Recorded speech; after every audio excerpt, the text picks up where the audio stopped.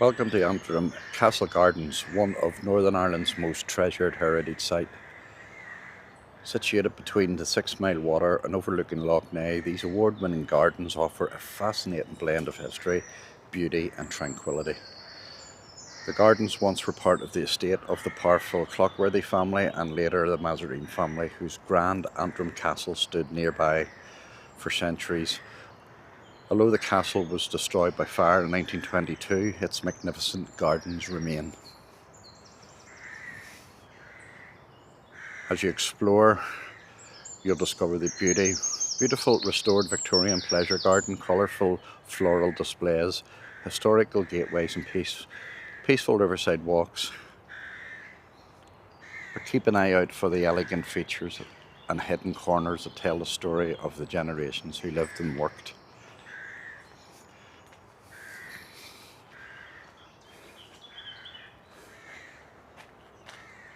Today, Castle Gardens is a place where visitors come together, welcoming from all over the world to enjoy one of the country's most picturesque locations. Welcome to Travel Reel TV, where every journey tells a story. So set in the heart of Antrim town is the Castle Gardens, which was restored in the late 1990s, early 2000s. Totally restored by Antrim Borough Council, and it's been brought back to life from where it would have been. There's a mixture of open spaces for picnics, for travel, for travellers to come and enjoy. There's also the wildlife, which brings both the community and the wildlife together. It's popular with dog walkers, it's popular with people out for the day with their children for picnics, walkers. So if you look here, it's a perfect wee archway, and we've also got the area here for the wildlife. These pathways here have all been restored to their former glory, what the gardens would have been like back in the day. It's the perfectly formed archway that leads to the terrace gardens. As we just spin round, again, parts for the wildlife, and we'll go over to some of the these trees are the most photographed trees within the whole gardens, generally because of the shape of them.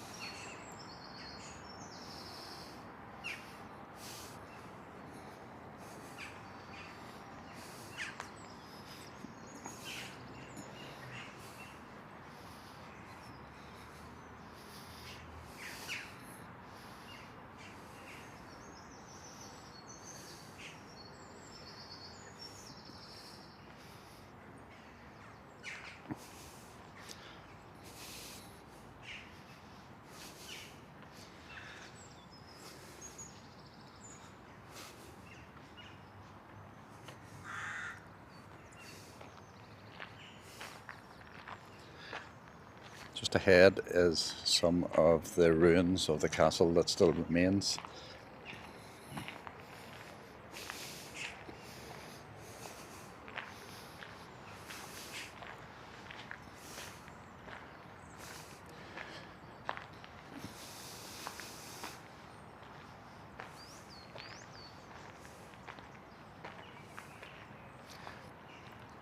So this would be locally known as the cake, obviously because of the layers and the shape, which would have been a lookout post over Antrim throughout the gardens, throughout the castle. See, we've got the original wall and then a new wall that was built during the restoration of the gardens.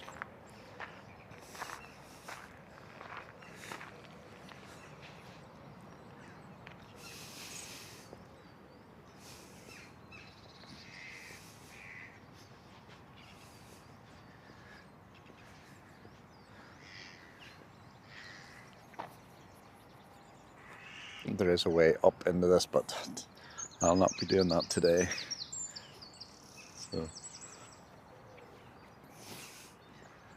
So we'll go towards the long canals, and there's a bit of a story about the long canals.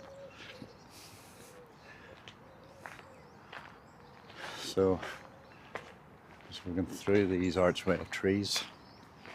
Just ahead is the canals. So during the big fine banquets and dinners, the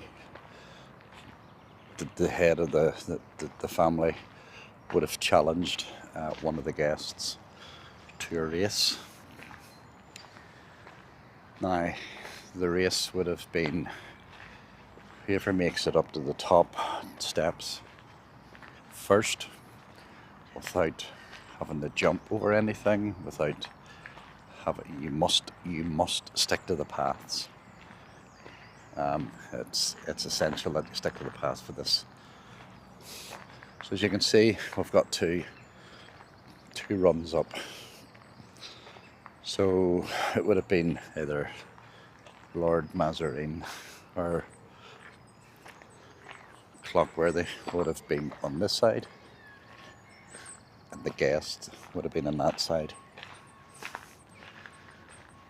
So they would have started the race unknowing that this side would have been the winning side every single time. And the reason being is you can just see just about here, I don't know if you can see it on the camera, so I'll speed up a wee bit. Here. As you had to stick to the paths, you run up, unbeknown to the other component on this side, that this also runs up here. So they had to run up, right round, back down and up. By that time the race would have been over. And they always claimed that it was unfair. They always said that it was cheating, but the rules were clear, the rules were simple. Whoever makes it to the steps first wins the race, and you must stick to the path at all times. So this is what the other component would have had to endure. You'd have had to come down here, up, across, down here, and then continue on down. So it was all fun and games. It was all just for fun. It was nothing serious. There was no big bets made. You didn't lose anything. Maybe just your pride, because you were taken in for it, basically. So yeah, so the canal here, it's cleaned on a regular basis. So it's pretty murky still. I wouldn't like to be going in here.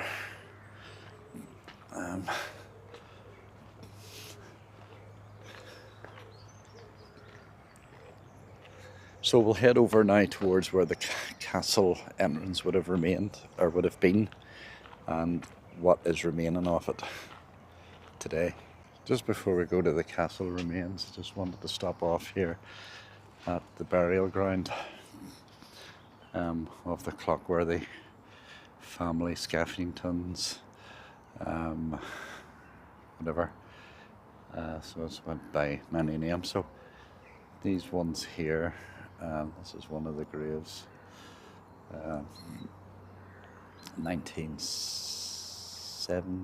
1873 for this one.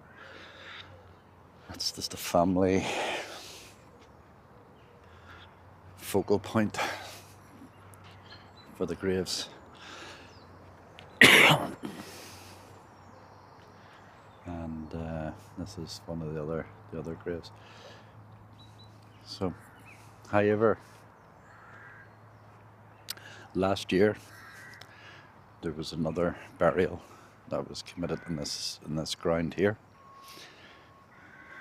and I'll just go over just to this one here, and this is John David Clockworthy, 3rd of the 6th, 1940 to the 13th of the 11th, 2024, 14th Viscount, and he was interned in this grave on the 23rd of July 2025. So I don't know how that worked. If he died on the 13th of November 2024 and then was buried, he was interned in this grave. Maybe it was a cremation and ashes were interned.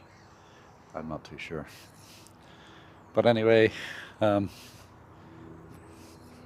like any graveyard, any cemetery, there seems to be a wee bit of a peace around here, you know, like a nice, calm, peaceful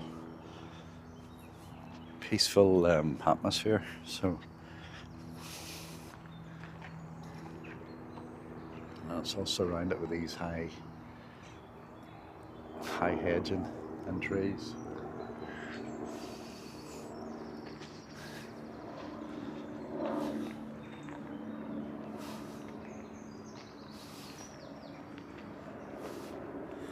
See, I don't know if you can see that squirrel.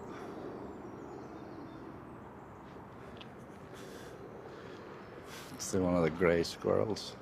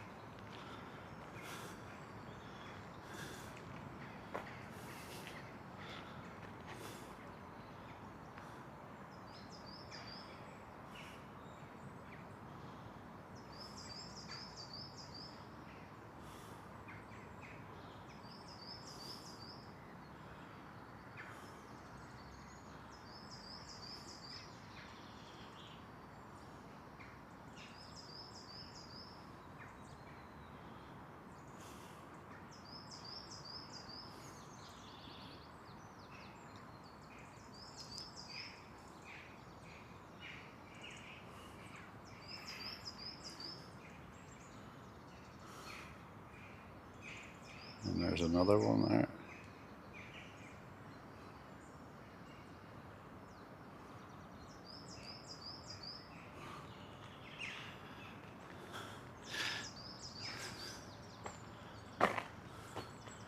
I didn't seem to be that frightened of people, you know, look at this tree here.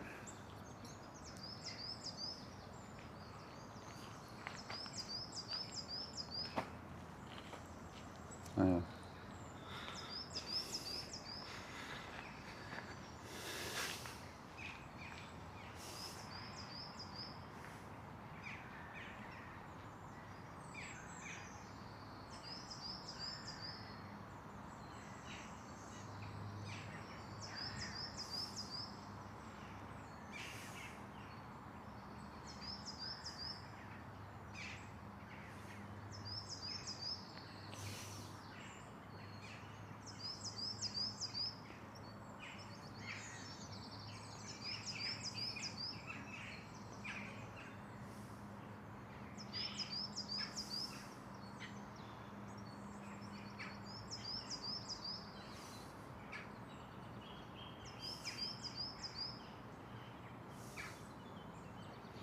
Because that would have been the closest a squirrel's ever come close to me. So,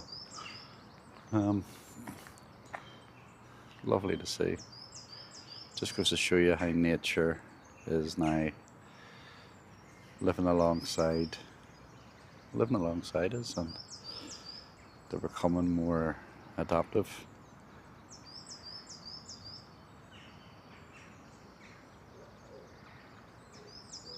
Maybe it's due to people feeding them, I don't know. But I will get over to where the grounds are, but I just keep seeing these trees and they're beautiful. And there's another squirrel. I'm not too sure if that's a red squirrel there or just behind this tree.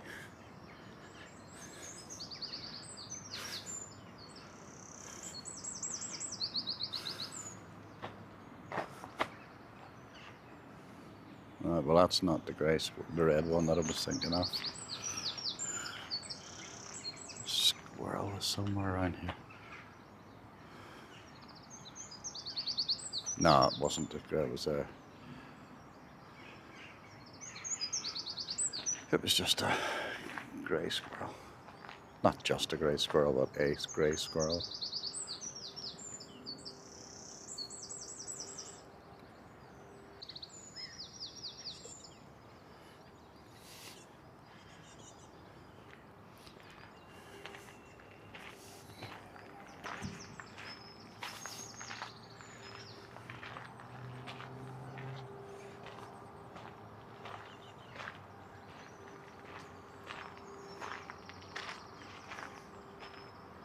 So, local people say that this is where the fairies live in Antrim. So if you believe in fairies, you can come down and maybe see proof of where they live, if you can find it.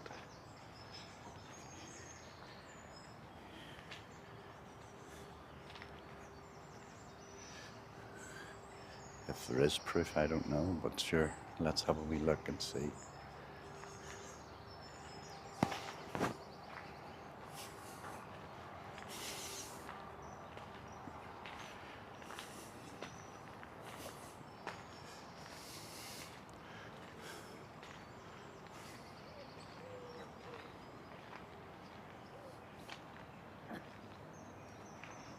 And there we'll go. So here's a history, or here's the proof that fairies actually do exist. Laughter is timeless, imagination has no age, and dreams are forever. That was by Tinkerbell.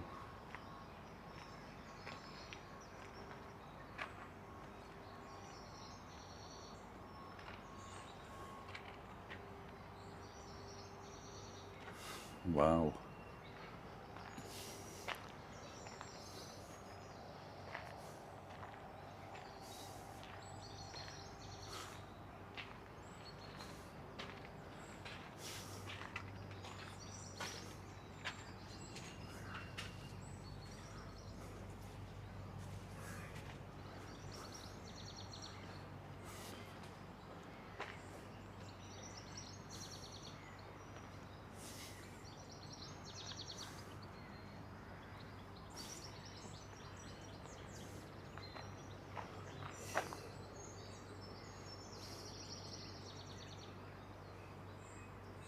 This is a remnants of the old castle walls here. These steps here, so I have to be careful going down. Yes, this is remnants of the old castle walls, and as we go up here,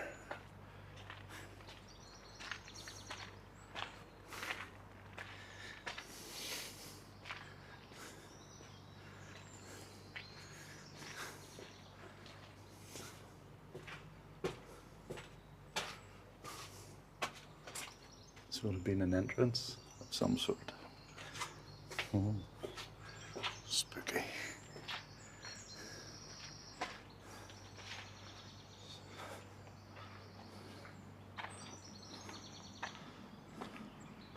Anybody remember the BMX bikes? Me and my friends used to come down here and use these as jumps. This is before things were redeveloped and sort of fixed up.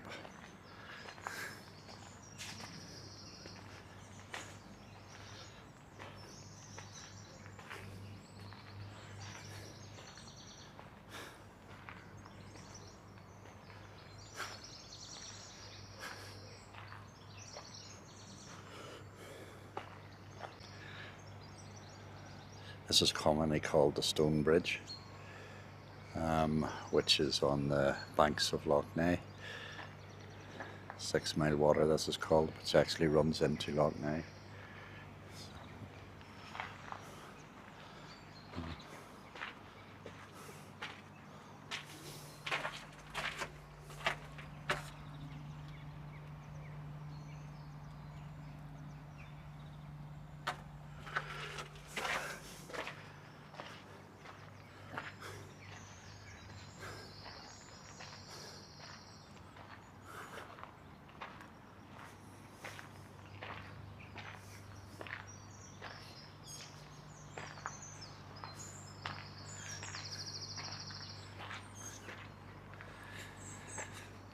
This is one of the towers that has remained.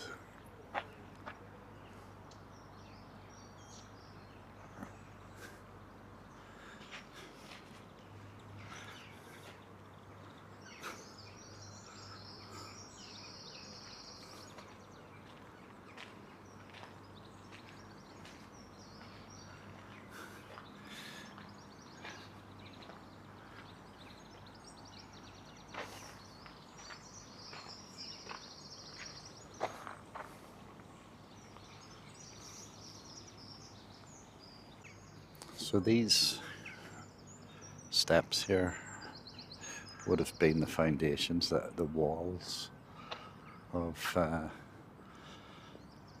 one of the house itself. And as we go up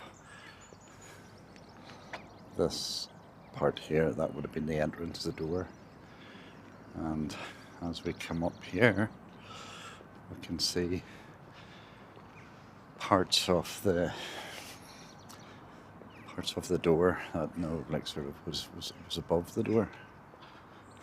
So these would have been the crests as such.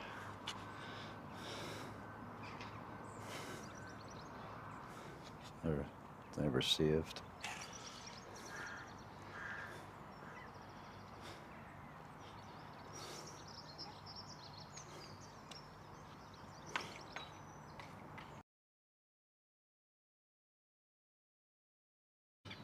So this brings us to an end of today's video.